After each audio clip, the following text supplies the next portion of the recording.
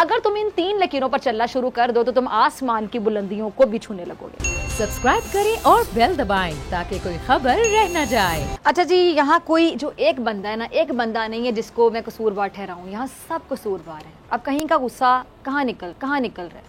Peoples party ने Sindh assembly में बल्दियाती act को पास कराया, लेकिन जो दीगर जमातें उन्होंने इस इक़दाम पर एतराज़ उठाया। अब तमाम सियासी जमातें इस बिल की इसलिए मुखालिफत कर रही हैं क्योंकि उनके बकौल सूबे में जो बल्दियाती इदारे हैं उनके हासिल करदा इख्तियारात में ना सिर्फ कमी कर दी गई बल्कि उनके इख्तियारात और जिम्मेदारियाँ हुकूमत सिंध ने अपने ज़िम्मे ले ली।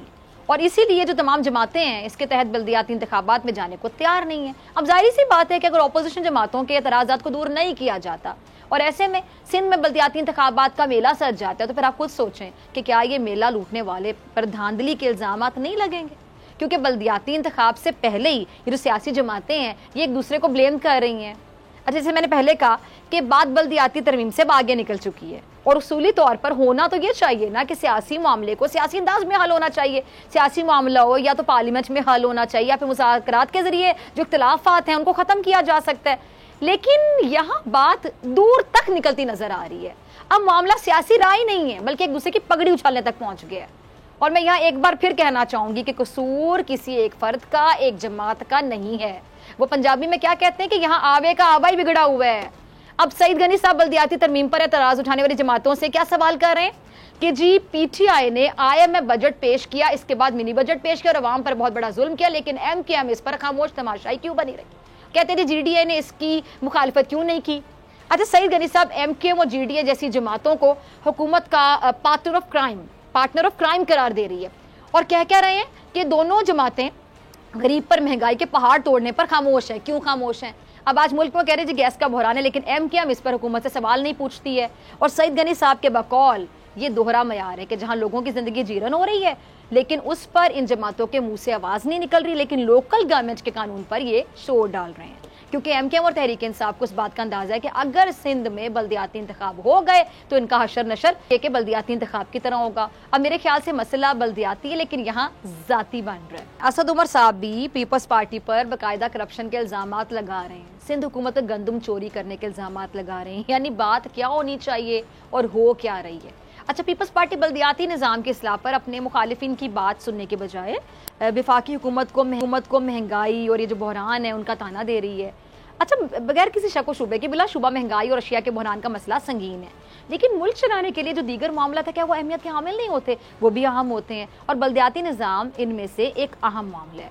जमहूरियत को बेहतर मुस्तहकम बनाने के लिए इख्तियारात की निचली सतह पर ये जो मुंतकिली है बड़ी ज़रूरी होती है, लेकिन हमारी जो सियासी जमातें हैं ये अपने काम को दुरुस्त कहती हैं, दूसरी जमात की बात को एक कान से सुनकर दूसरे से निकाल दिया जाता है, सीरियस नहीं लिया जाता। अच्छा, जो हुकूमती जमात है ना वो ये समझती है कि बल्दियाती निज़ाम में जो तरमीम की गई है उससे जमहूरियत को नुकसान पहुंचेगा, क्योंकि सिंध हुकूमत ने कानून के जरिए बल्दियाती इदारों को भी अपने ज़ेरे असर कर लिया है। और अगर ऐसा है तो सिंध हुकूमत को अपने फैसले पर नजरसानी करनी चाहिए, दीगर जमातों के तहफ़्फ़ुज़ात को दूर करना चाहिए। और अगर सिंध हुकूमत को ये लगता है कि जी वो अपने मौके में बिल्कुल सही है, ठीक है, दुरुस्त है, तो फिर सिंध हुकूमत को दीगर जमातों से मिलकर उनको बल्दियाती कानून से मुतालिक तफसीलात से आगाह करना होगा और उन्हें इस तरमीम के हवाले से एतमाद में लेना चाहिए। लगता है ऐसे जैसे जो बदएतमादी है ना उसकी धुंध ने हर जो चीज़ है उसको धुंधला दी है। सियासत के जो दौरो दीवार है ना उसमें इस बात की बाकायदा बाज़गश सुनाई दे रही है कि जी कौन कम करप्ट है, किसने ज़्यादा लूटा है, लूट मार के इल्ज़ामात, अपनी गलतियाँ ना मानने की रिवायत बादस्तूर अब भी कायम है। जोर सिर्फ इस बात पर है कि जी कौन बेहतर तरीके से एक दूसरे पर कीचड़ उछाल सकता है। अब असद उमर साहब की तरह हलीम आदिल शेख साहब ये भी शायद ये समझते हैं कि जी 20 अरब की जो गंदुम है सिंध की हुकूमत के दौर में इनके चूहों ने खाई है।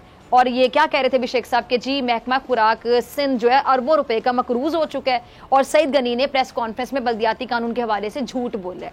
नाज़रीन, कभी कभी तो ऐसा लगता है जैसे हमारे जो रहबर है ना शायद ये जानबूझकर ना जो असल मसला है ना उससे हमारी तवज्जो हटाकर जरा से जो मामले हैं ना उनको बढ़ा चढ़ाकर पेश करना शुरू कर देते ताकि अवाम की तवज्जो या ध्यान है ना वो एक तरफ लग जाए और वो अपने जो बुनियादी मसाइल उसके हल को भूल ही जाएं, या फिर जो हमारे रहबर हैं इल्ज़ाम तराशी करके वक्त गुजारी करना चाहते हैं कि बस टाइम गुजरता जाए किसी तरह। अभी जो बल्दियाती निज़ाम है इसका मसला अवाम के इन नुमाइंदों ने ही हल करना है ना, कोई बाहर से आकर तो उस मसले को हल करने से रहा, लेकिन हो क्या रहा है कि कोई संजीदा ही नहीं है। अब सियासतदानों का हाल वही हो गया, सवाल गंदुम जवाब चना।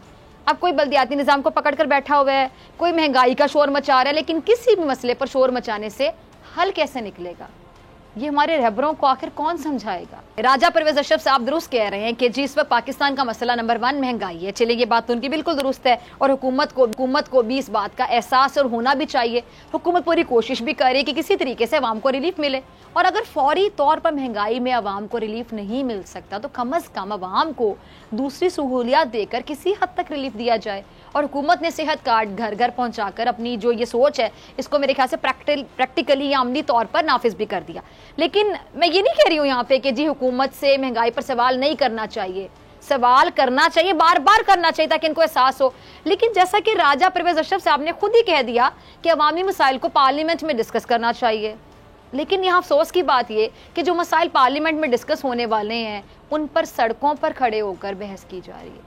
और ये बात भी सच है कि अगर गलती से कोई भी अवामी मसला पार्लियामेंट में चला जाए तो पार्लियामेंट में क्या होता है, वो मछली बाजार बन जाता है। हाफिज साहब क्या कह रहे हैं कि जी पीपल्स पार्टी कब्जा पॉलिटिक्स कर रही है जिससे अवाम का भला हो ही नहीं सकता है।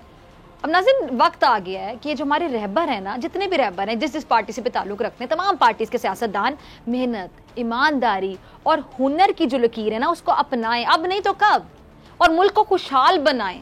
वरना जो इल्ज़ाम तराशी का सिलसिला चाह रहे हैं, इस लकीर को पीटने से मज़ीद ये सिलसिला कब तक चलेगा, कब तक चलेगा। इनको चेंज करना को खुद को, इनको तब्दील करना को खुद को, मुल्क के लिए, अवाम के लिए, मुल्क की बेहतरी के लिए, मुल्क की खुशहाली के लिए। लेकिन जिस तरह ये चल रहा है, अगर ये तब्दील नहीं करते और ऐसे ही चलता रहे तो मुल्क कैसे चलेगा, निज़ाम कैसे चलेगा, ऐसे नहीं चलेगा। सब्सक्राइब करें और बेल दबाएं ताकि कोई खबर रह न जाए।